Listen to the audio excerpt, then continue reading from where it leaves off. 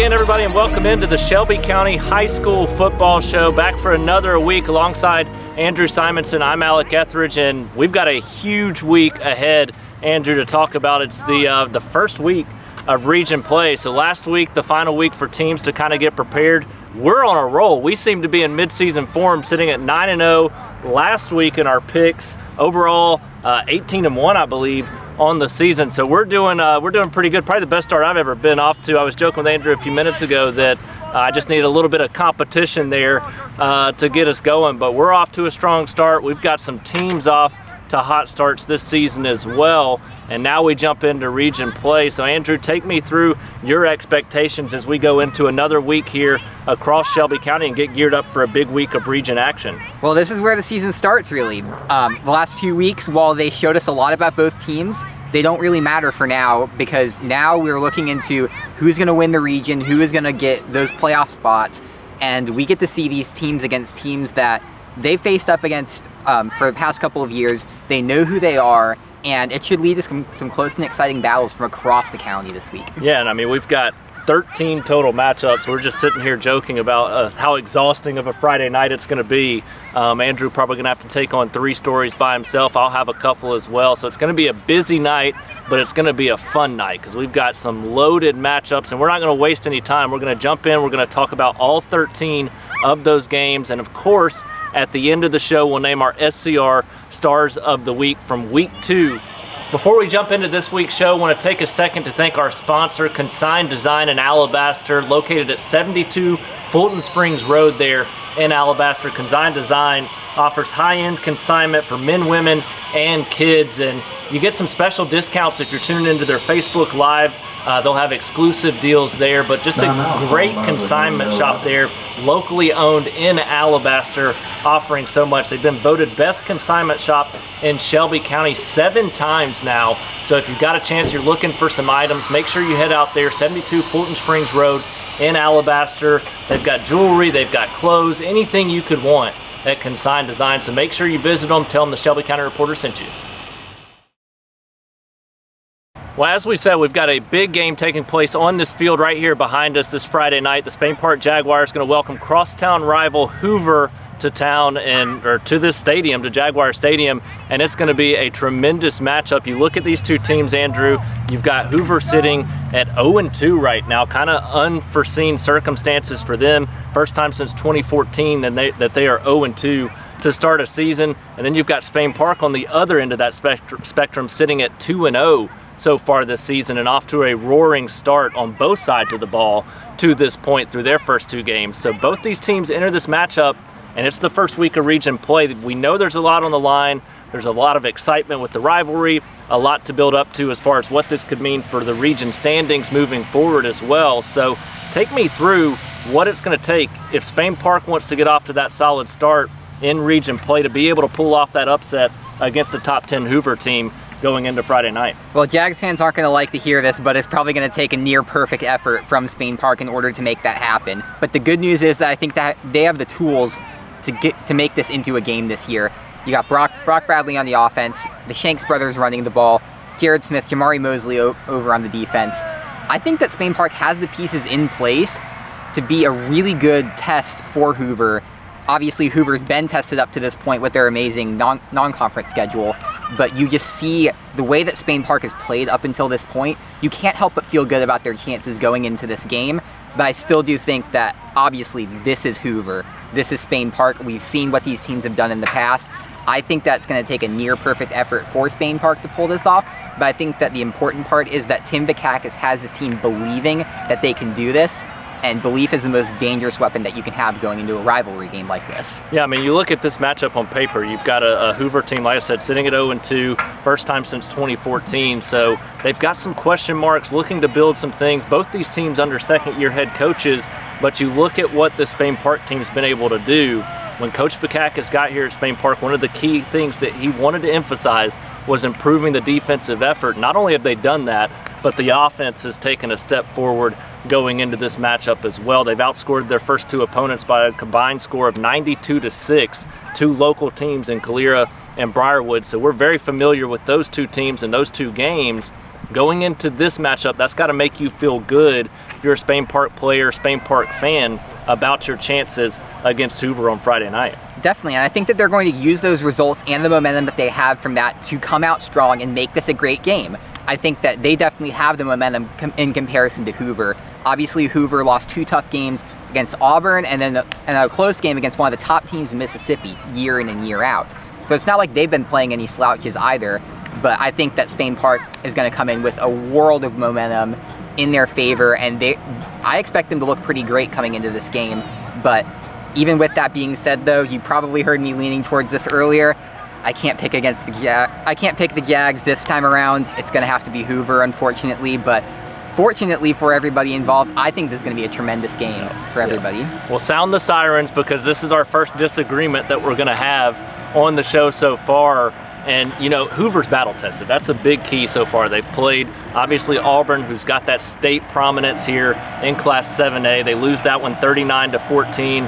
And then last week, take on Oak Grove out of Mississippi. They lose that game in overtime, 28-21. So they're 0-2, but they've played 2 of the toughest teams you can play coming into this matchup. Spain Park, a little bit easier of a process, 2 6A teams, both of them reloading a lot of talent in Calera and Briarwood, so they've still got some question marks. They've still got to show it against one of the best teams in the state, and I think that's what they do on Friday night. I think you're going to see Brock Bradley continue to gain that momentum that he's seen the first 2 weeks. He's got some talented players he can get the ball to, and then you look at the Shanks brothers, you look at this defense that's just got a grit about it, and we saw what Colorado did in college football over the weekend. I just kind of get that feel. They've got some hype, some energy. It's just a different feel at Spain Park this year, and anytime Hoover comes over and is playing in your stadium, you're going to be to the max with everything that you've got. I think that's what we're going to see out of Spain Park on Friday night. You've got one Hoover pick, you've got one Spain Park pick. Nonetheless, we both think it's going to be a tremendous football game. 24-10 Hoover win last year. I think Spain Park's about a touchdown better. Hoover possibly a touchdown worse, which means this one could go down to the wire in the 4th quarter. Nonetheless, going to be a fantastic football game when these 2 teams hit the field right here behind us at Spain Park High School. Well, that takes us to what could equally be as big of a matchup this Friday night. The same region, same classification, Class 7A Region 3, Andrew. It's going to be Thompson against Vestavia Hills, the home opener for the 4-time defending 7A state champs. And some might say, and by some I mean myself on Twitter Friday night, might say that this could be what determines the top 2 spots in this region. We just got done talking about Hoover and Spain Park. Obviously, Hoover off to a little bit of a slower start. Spain Park looking good, but this is a Vestavia Hills team that challenged a lot of people, including Thompson, last year. They've got a lot of talent back, and they look really, really good right now, but so do the Thompson Warriors. So when you break down this matchup, what's the key that you're looking for when these 2 take the field in what could be one of the biggest games of the year? Yeah, and I'm just looking straight at the quarterbacks because this could be one of the best quarterback battles in the state this year. You'd be hard-pressed to find a better matchup between Trent Seaburn of Thompson and John Paul Head of the Vestavia Hills Rebels. Both have shown tremendous arm talents. Both are tremendously athletic, and I think that they are the keys to success. When they do well, these teams do well, and I think that they're going to be the linchpins to where these offenses go around this year. But as for the defenses, I'm really interested to see kind of what you were noticing at the Thompson-Opelika game a couple weeks ago. Thompson developing some of those defensive stars within that game. Obviously, we didn't get a chance to see them last week against IMG, but I'm interested to see if they can live up to that this week against arguably one of the top teams in the state, because if they can do that, then we might have the recipe for an incredible Thompson team yet again this year. Would you get the sense that both of these teams kind of know what this could mean down the road as far as what it could mean for the region championship or one of those top 2 seeds? I definitely think so. Obviously, you know that Hoover and Hewitt are both 2 of the top teams in the region year in and year out, and Vestavia has been trying really hard to challenge them for those spots and break through that glass ceiling. But Vestavia knows their time is now. You can't not think that after the way that they've blown through their opponents the last couple of weeks. And I think that they are going to come into this game with a world of confidence, and everybody obviously has Thompson circled on their calendar. This is the game where Vestavia can prove to everybody within the region that they mean business and that they can contend for a state title. but Thompson is Thompson at the end of the day. They are the team that you have to get through in order to get to this region title. And I think that Thompson is going to come into this game obviously carrying some of that same mentality as well. We know that coach teams by Mark Freeman, they don't settle at all. They keep going year in and year out, game in and game out, and make every game a fight. I think that that's going to be the key for them this year. And I think that even though Vestavia looks really good, I just think that Thompson is just going to be a step better, and this is going to be where we really see who Thompson is going into this year. I think that you nailed it right there at the end. I think this is the game that determines how Thompson's season is going to go. They'll always give everything they've got each week. They're always going to have a chance to win every game they play, but this can kind of set the tone for them. Whether it's a bad game and it sets the tone for them to bounce back the rest of the way because we know they can respond, or whether they have a good game and they gain that confidence, I think this is one of the toughest defenses they'll play all year, and I think it's one of the toughest games they'll have all year. You look at what Hoover's done so far sitting at 0-2. You look at Hewitt-Trussville 1-1. They've given up 27 or more in their first 2 games. So those 2 teams have taken a step back. So Vestavia knows this is their chance to jump into the mix, get their name in the ring when it comes to getting into the playoffs, finishing one of those top 4 spots. But Thompson, just like they are every year, they're loaded again this year. They've had an extra week to kind of work on those week 1 mistakes with last week's game against IMG getting canceled. I think you're going to see this offense take an even bigger leap this week, and if it is a hard-fought physical game in the trenches, they've got Michael Dujon, they've got AJ Green. Those guys are going to be ready to run the football, but then they've got the offense around that in Seaburn, in AJ Green, Deuce Oliver, Colby Hearn, a lot of those other guys that can really make some big-time plays on the offensive side of the football, and a defense that's just going to get better with a lot of new faces this year, but plenty of talent over there. I think Thompson, with all that talent they have, I think their offense is going to come out and really try to prove a point against Vestavia, a tough defense that they're going to face this Friday night. I think Thompson walks away victorious, but this is going to be one of their toughest games of the season. Luckily for them, I think they're not having to come off a big physical game against IMG. All their focus has been on this one, so I think that could be a big factor as well. So expect Thompson, both of us, go that way to walk away victorious in this big battle with Vestavia. We continue our tour through Class 7A Region 3 as the Oak Mountain Eagles going to host Hewitt-Trussville in another big region battle this Friday night. And these are 2 teams that, you know, you look at this matchup on paper and you automatically think Hewitt, one of those big teams in this region. Oak Mountain's kind of taken a step back since Evan Smith left a couple years ago, but this is an Oak Mountain team, Andrew, that I think is further ahead than many people may expect at this point under first-year head coach Shane McComb. You look at what Will Odell's done at quarterback, Marty Myrick's at running back. Those are 2 very physical playmakers that kind of set the tone for this team and what they want to be about. And I think that's something that could continue into this matchup, especially against a Hewitt defense that's kind of struggled so far this season. Definitely, and I think that the key to win here is to exploit that defense. We obviously saw a history-making performance from Central Phoenix City against that pass defense in week 1. And I think that that's probably going to be the best route to success, especially since Hewitt has let out so many points throughout the first 2 weeks of the season. Still 1-1, but obviously gotten into very high-scoring games. I think that that's probably the best route for success for Oak Mountain again, because we've seen that the offense can keep pace with that, and both in the passing game, in the running game, they can keep pace, and I think that they could make this a pretty good game. But I think that the number one thing that we see that's different from these 2 teams from a year ago is Oak Mountain has an identity and an aggression that we just weren't seeing last year. And I think that even though that we may not necessarily have believed Coach McComb when he was saying he was going to turn them around this summer, I think that these players believed, and that's going to make a lot of difference this year and towards making this a really good game this year. Yeah, we get a little bit of hype music going out here. So we got some youth football about to take place here at Spain Park tonight. So gearing us up a little bit, getting us amped up on the show this week. But yeah, building off of that, you look at Oak Mountain coming into this matchup. I think they, like you said, they've got to exploit Hewitt's defense. The defense has given up 37.5 through their first 2 games against some pretty good talent. You look at Central Phoenix City, they lose that one 48-24. It's a really good football team, but to give up 48, if you want to be one of the cream of the crop in 7A, you can't do that. And then last week against Gadsden City, which I think is probably a little bit closer to Oak Mountain they still give up 27 even though they score 42. So I think that balance, I think Oak Mountain's going to have to score points. The question becomes, can they score enough points in a game like this where their defense is going to also have a tough time? And I think that answer is probably no. I'm going with Hewitt-Trussville for my pick this week, but I think that's just a testament to what's been going on these last few months, that Oak Mountain is going to make this into a very close game. I think that they can use this game to send a statement to the rest of the region that they won't be a pushover this year. I think that they're going to use this game and generate a little bit of momentum for it going forward. Obviously coming off of 2 great performances, pushing Pelham to the limit last week, and then just absolutely showing out against Northridge in week 1. I think this is going to be a solid game, but I've got the Huskies over here for this week.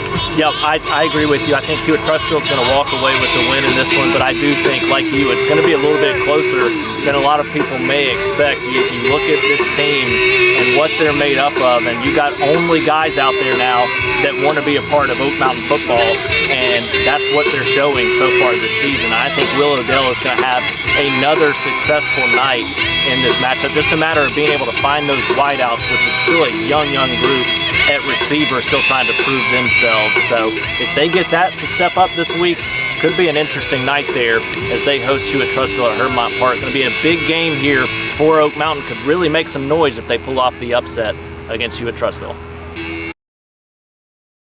That takes us to one last Class 7A Region 3 matchup as the Chelsea Hornets going to hit the road this Friday night, take on Tuscaloosa County in a rematch of what was an exciting battle last year. Chelsea at home almost won their Class 7A Region opener against Tuscaloosa County. Ultimately, they go for 2, and they end up falling 42-41 in the final minutes of an incredible football game. Now this year going to be looking for some redemption coming off their first win this season thanks to Emerson Russell last week. A huge performance last week in a win against Calera, and now they get a chance yet again, region opener, to pull off a win against Tuscaloosa County. Definitely, and I think that that's what it's going to come down to is Emerson Russell. Obviously, he had a massive week, one of the best weeks of anybody in the state up to this point, and he's going to have that target on his back this week.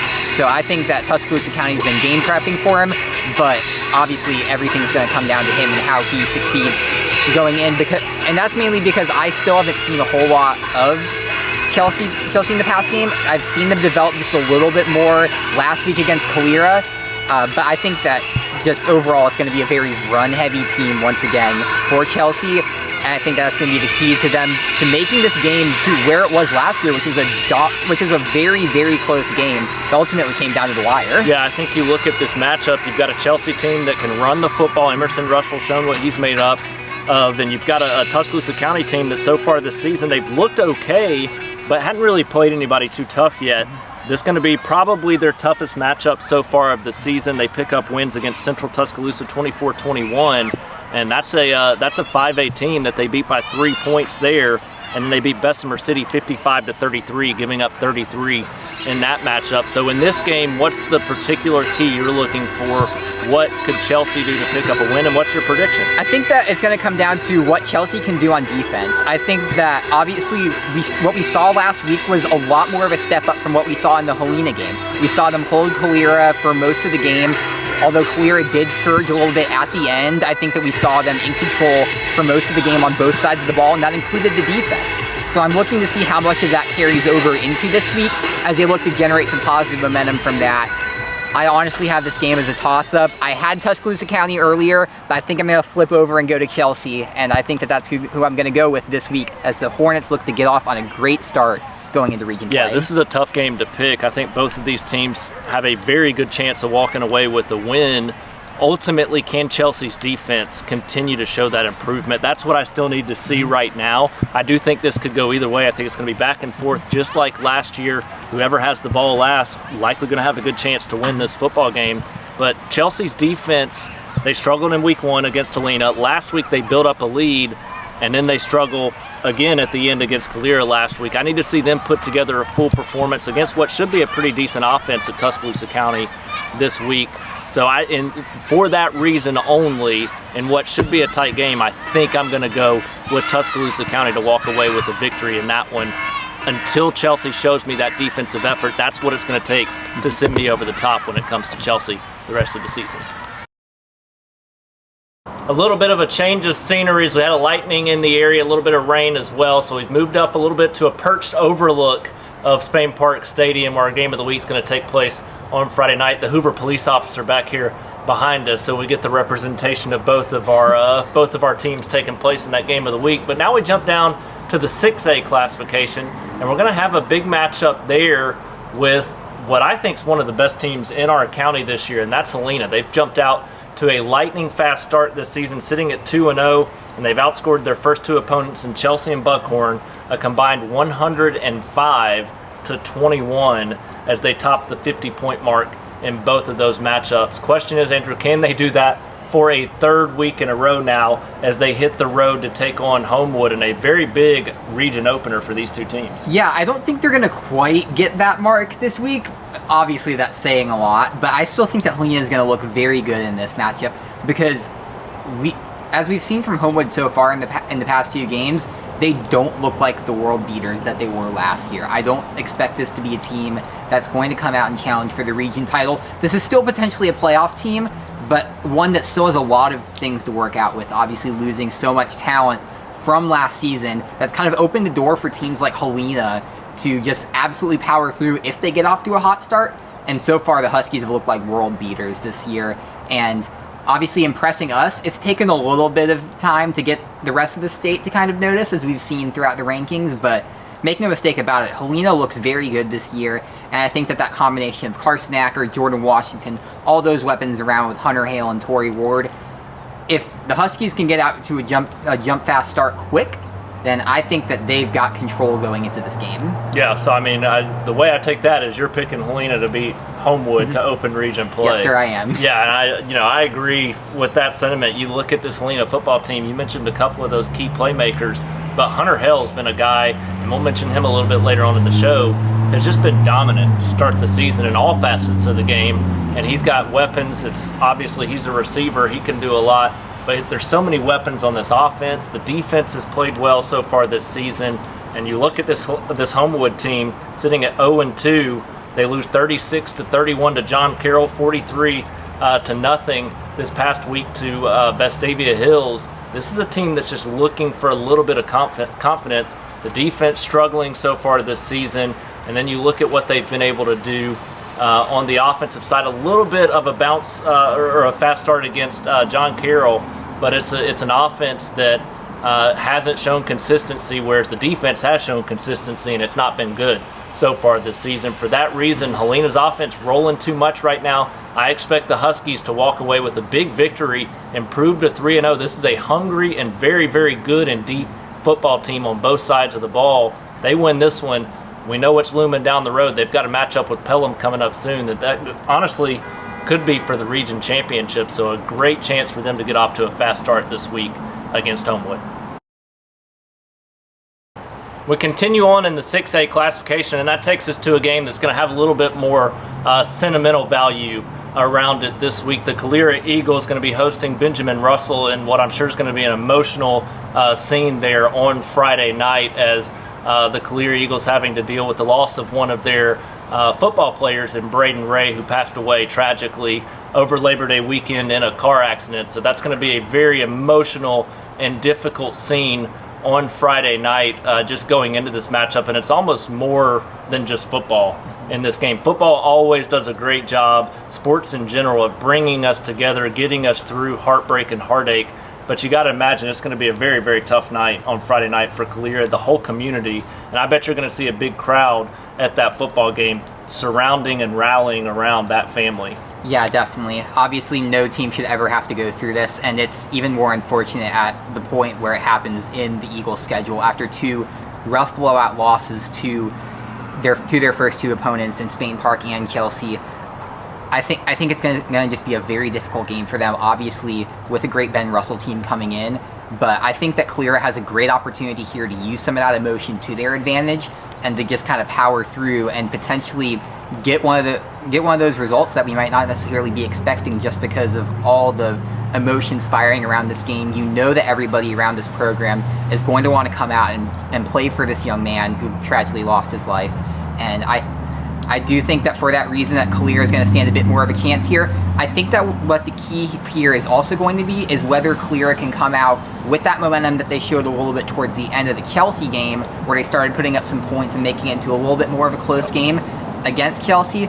It's obviously not doom and gloom for Calera despite the obvious tragic circumstances in the background, but I think that Ben Russell will most likely come out and get the win here, but this will be a night that the Calera community will remember for a very long time. Yeah, I think that's the bigger focus here, is just like I said a minute ago, you step away from the game a little bit and it becomes more about the community as a whole, the football team coming together as a whole, and I think that's going to be what you see in this matchup. You look at Benjamin Russell, it's a team that has played well but has struggled a little bit early in the season so far, sitting at 1-1 with a 30-13 loss to Central Clay, a 5A team, and a 40-19 win over Wetumpka. This is a team that is supposed to be one of those top teams in this region this year, but we haven't seen them necessarily show that yet.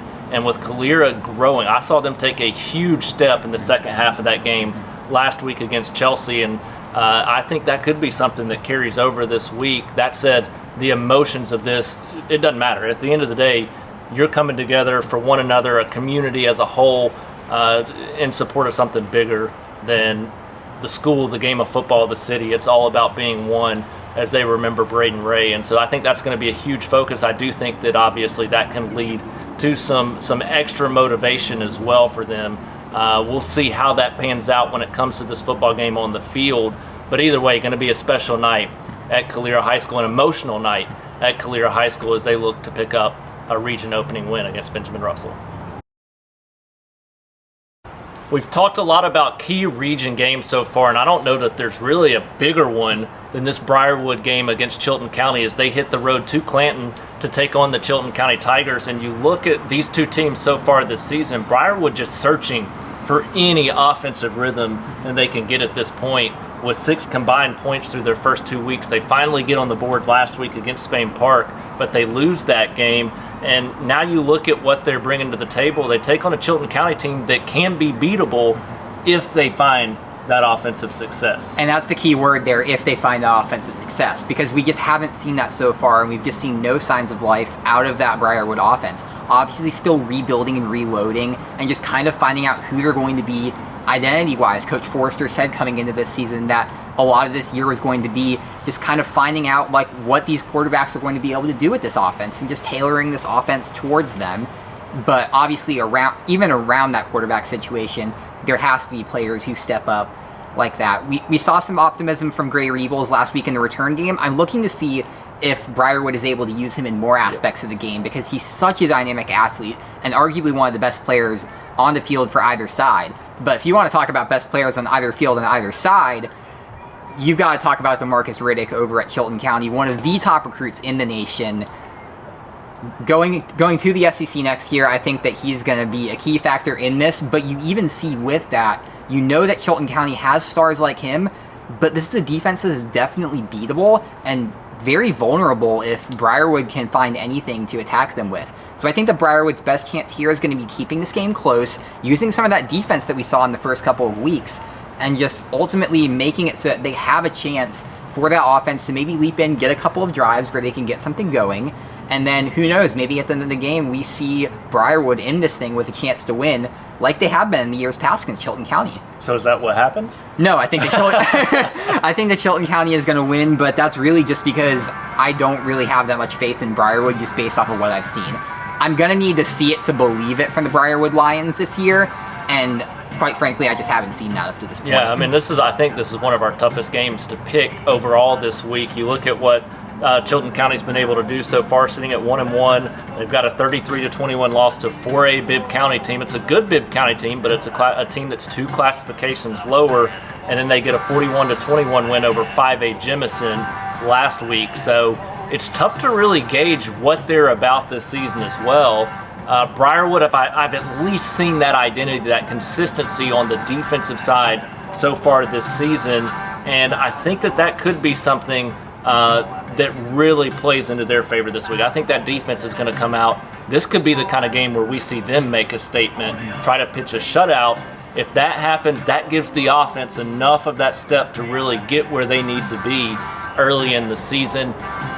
Going out on a limb again. It seems like that's the theme for me this week, but I think that Briarwood's going to walk away with the victory in this one solely because that defense is going to come ready to play, and I think the offense got to be motivated. Enough film now, enough experience so far this season. I think Briarwood's offense takes that next step, and they know how important this team is. They're too well coached not to show up and make those improvements. I think we're going to see that from Briarwood in this matchup.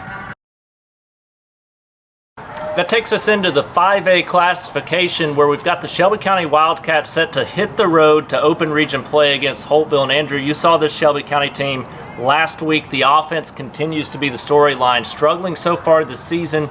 Defense almost where it needs to be at this point in the season, coming off a very good performance in a 13-10 loss to rival Montevallo, a game that ended in the final seconds with Shelby County getting shut out at the goal line as the offense continued to be the storyline. Can they make the progressions this week to be able to pick up a road win? I don't really think that they're going to be able to do that, but that's just based off of what I've seen so far. What I've seen so far is what they showed against Montevallo in the rain, a bunch of short passes, punctuated by a few big plays out to Dominic Woods and Devin Alexander.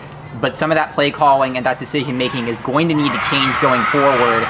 And based off of what I'm seeing right now, I don't know if right now is going to be where they make that jump, but I do think that they're going to make that jump eventually and become a better offense than what we've seen in the past.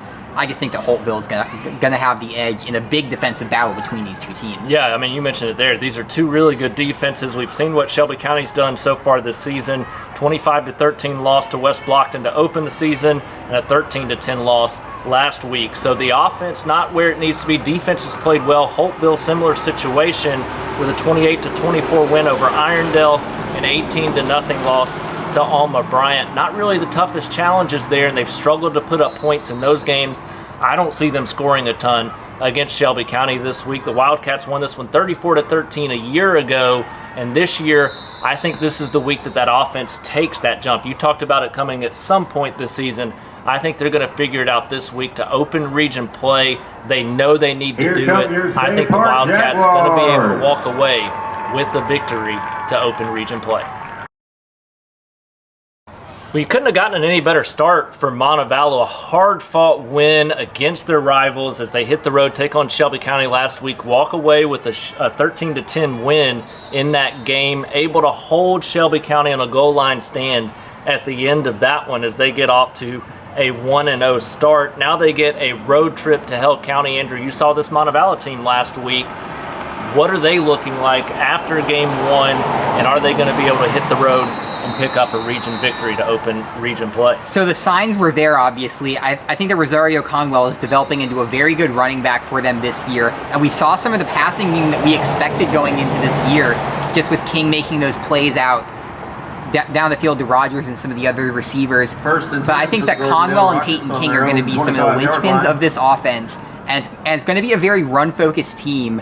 For right now, I think that the passing game might have been hampered by a little bit by the rain last week, so we'll see how that develops going forward. But I just think that defense is going to come in a very strong game throughout, but I think that the steps that they took in that final drive are going to show really well in this game. Coach Bourne admitted after the game that it was obviously a very sloppy game, and it was for sure. And there's a lot of things to clean up this week at practice, but I think that just overall, Montevallo has the pieces that I've seen so far, even though it's just been one game and it's been against Shelby County in that environment. But I think that this Montevallo team is showing right now that they can win a game like this, and they're going to need to, because it's a very crucial game for them since they finished in a three-way tie with Hale County last year, right below that final playoff spot. Yeah, I think Montevallo, when you look at it on paper, they lost to Shelby County 21-6 a year ago. Offense really slow out of the gate. Defense played well early in the season. This year, they get that win against the Wildcats, and I think that's a huge boost for them going into this matchup against a Hale County team that's sitting at 1-1 overall in the season right now, with a 28-21 loss to Northside, 44-0 win against Greensboro. I think Montevallo, with their defense, with the key pieces you mentioned on the offensive side of the ball, looking at Conwell as a key example there and what he's able to do. Javon Rogers, we know about his athleticism. This is an offense that's going to progress, and I think that's my big hope for them, and I think that's what we see this week. The defense played so well last week, but they've got so much potential on that offensive side of the football. I think that's where they take the leap this week.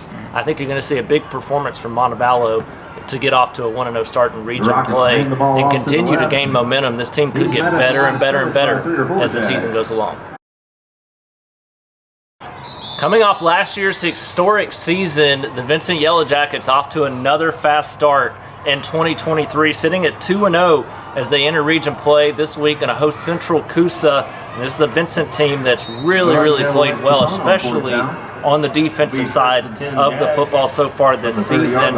And you got to expect that they're going to continue that going into this matchup. 29-20 win over Raglan to open the season. Probably could have pulled away a little bit easier in that one. A 29-0 shutout this past week against Winterboro. So we've seen a great defense so far this season. The offense has been consistent and feels like they're primed to really even take another step at some point soon. Which is crazy to think about, and it's something that I kind of expected and what Coach Weatherford was looking for in this team. There were high expectations around this Vincent team, and that's why I was so bold on them at the beginning of the season. Some of the rest of the state is starting to come through, and now they're up to number 6 in the poll this week in 2A, which is huge for a program like Vincent. And obviously going into this matchup with Central Coosa, it's going to be their first 2A matchup of the season after playing a couple of pretty good 1A teams to start out the season and then pressing against them so far. And I think that obviously with that defense showing a lot of great signs so far, the offense maybe have had a couple growing pains, a little bit of cold stretches in those first 2 games where they weren't able to put as many points on the board. I think we start to see them morph into a version of what we saw last year from Vincent, and I think we see another big win from them out here against Central Coosa this week. Yeah, I mean, they've got the potential there. They just have to replace so much from last year's team. That potential, though, is so exciting on the offensive side. They're starting to put those pieces together at every spot on the offensive side. Once they do that, this team becomes, in my opinion, just as dangerous as it did a year ago. Maybe not as explosive, but I think as balanced as they were a season ago. And you look at this matchup on paper, this is a Central Coosa team that is sitting at 2-0. They are improved from what they were a year ago going into this matchup. They've got wins of 50-22 and 38-10, but against 2 pretty bad 1A teams. And this is going to be their first 2A battle as well. Vincent, I think, with that defensive effort, won this game 65-0 a year ago. Don't think it's going to be quite that much of a blowout, but building off of what we've seen the first 2 weeks, I think this team's only going to get better and better as the season goes along, and I think you're really going to see a statement made this week by what their offense can do in addition to what we've seen from them defensively so far. That takes us to the AISA and the ACSC right before we get to our SCR Stars of the Week, and we've got 3 matchups, all 3 of our AISA, ACSC teams in action this week. We start in the AISA. We've got Cornerstone hosting Riverside this week in Coosa Valley at Lakeside. Those are going to be 2 important games. And in the ACSC, we've got Evangel hosting Carolina out of South Carolina. So some big matchups here. Andrew, take me through the walkthrough through all 3 of those matchups and what you think is going to happen between each 3. So I think starting with Cornerstone and Riverside, obviously you see Cornerstone starting out with a great 11-man stretch with 2 great wins, one over Snook, one over Coosa Valley. And I think that we've really started to see that this is another year where they look like state contenders once again. And we're going to have to see that translate over to 8-man. Coach Lee has said in the past that he doesn't really see much of a difference between them, but you do know that there is obviously a difference between 11-man and 8-man, but I think that Cornerstone has the goods on both offense and defense. You see a high-powered offense with Zeke Adams. That's something that you expect from an 8-man team, but I think the defense has just stepped up and gotten better from last year, and I think because of that, I think that Cornerstone, taking advantage of a Riverside team coming out of Tennessee, maybe not necessarily has that kind of experience that Cornerstone has had in these situations. I think that Cornerstone is going to get a big win here. As for Coosa Valley and Lakeside, Coosa Valley obviously had a very rough start of the season. We see them on the flip side of that blowout loss to Cornerstone, and we also see them struggling with one of the top teams in AISA in Lowndes. I think a lot of teams around the state are probably going to be struggling with Lowndes as well, but according to Coach Vince DiLorenzo, we've seen some signs from that defense that despite the lopsided scorelines, they're starting to get some playmakers over there. but it's the offense that really needs to start coming together. We talked about at the beginning of the season, so many new players on both sides of the ball.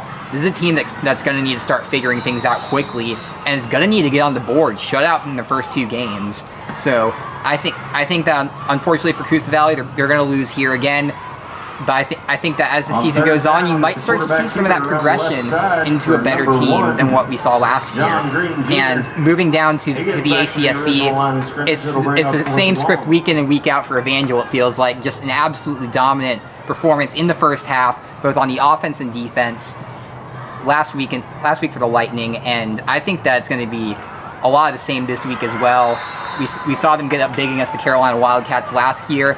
Obviously, coming back from South Carolina, it's a big trip for them, and one that Evangel wasn't going to be able to make this year. So it's great to see these 2 teams play again this year. I think that Evangel just has that edge, simply because they have that talent that we've seen so far. But I think one thing that I think I've seen so far for Evangel is because they've had so many blowout wins, they haven't really gotten a chance to test themselves across 4 quarters. We've seen them let their foot up off of the gas, and we've seen some of these teams start to break in, maybe score a touchdown or 2. So I'm going to be really interested to see what this team has to do when it has to play 4 quarters of football. I don't think that's going to be this week, though. I think that Evangel is going to get another win to start out this season. Yeah, and I won't spend too much time on these 3 games, but Cornerstone, you look at what they've done so far offensively and defensively. 46-12 win, 56-0 win under the belt already. Bye week going into this matchup with Riverside, who is a team that has struggled. Expect Cornerstone to walk away with the win. As for Coosa Valley, been outscored 107-0 through their first 2 games, and that second game being basically a half of football. That they lose 51-0 to Lowndes last week. Very good football team in Lowndes, but Coosa Valley got too much that they need to see go right to be able to pick up a win at Lakeside. As for Evangel, a team that it just continues to amaze, not only on the offensive side, which we expect in 8-man football, but on the defensive side. This is a team that so far has given up 12 or less in every game so far this season.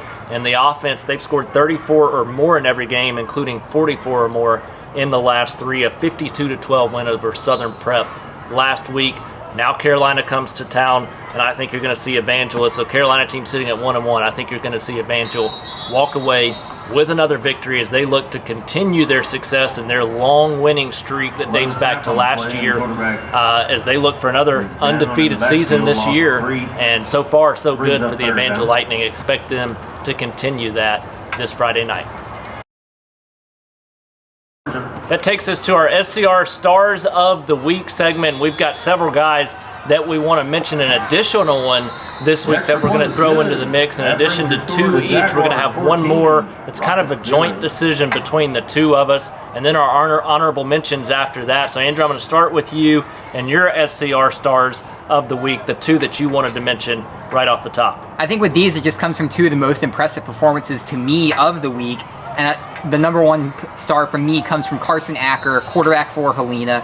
14 for 17 passing last week with 185 yards and 4 touchdowns against Buckhorn. We knew that Helena going into the season was going to be a very run-driven team. Acker is just proving that wrong with his lethal pass game. And I think we're going to see strength on both sides for Helena so far, and that's just a testament to how far Carson Acker has developed in his 2 starts and how great he has looked for the Huskies this season. And as for my second one, it's somebody who I saw in person last week, and that's D. Cuts for Montevallo with 2 key interceptions against Shelby County, as well as 3 tackles. It was impressive when he got the first one, but even more impressive when he walked away with the second one. Just an absolute playmaker for them on the defense. Hard enough to get 1, very hard to get 2 interceptions in the game.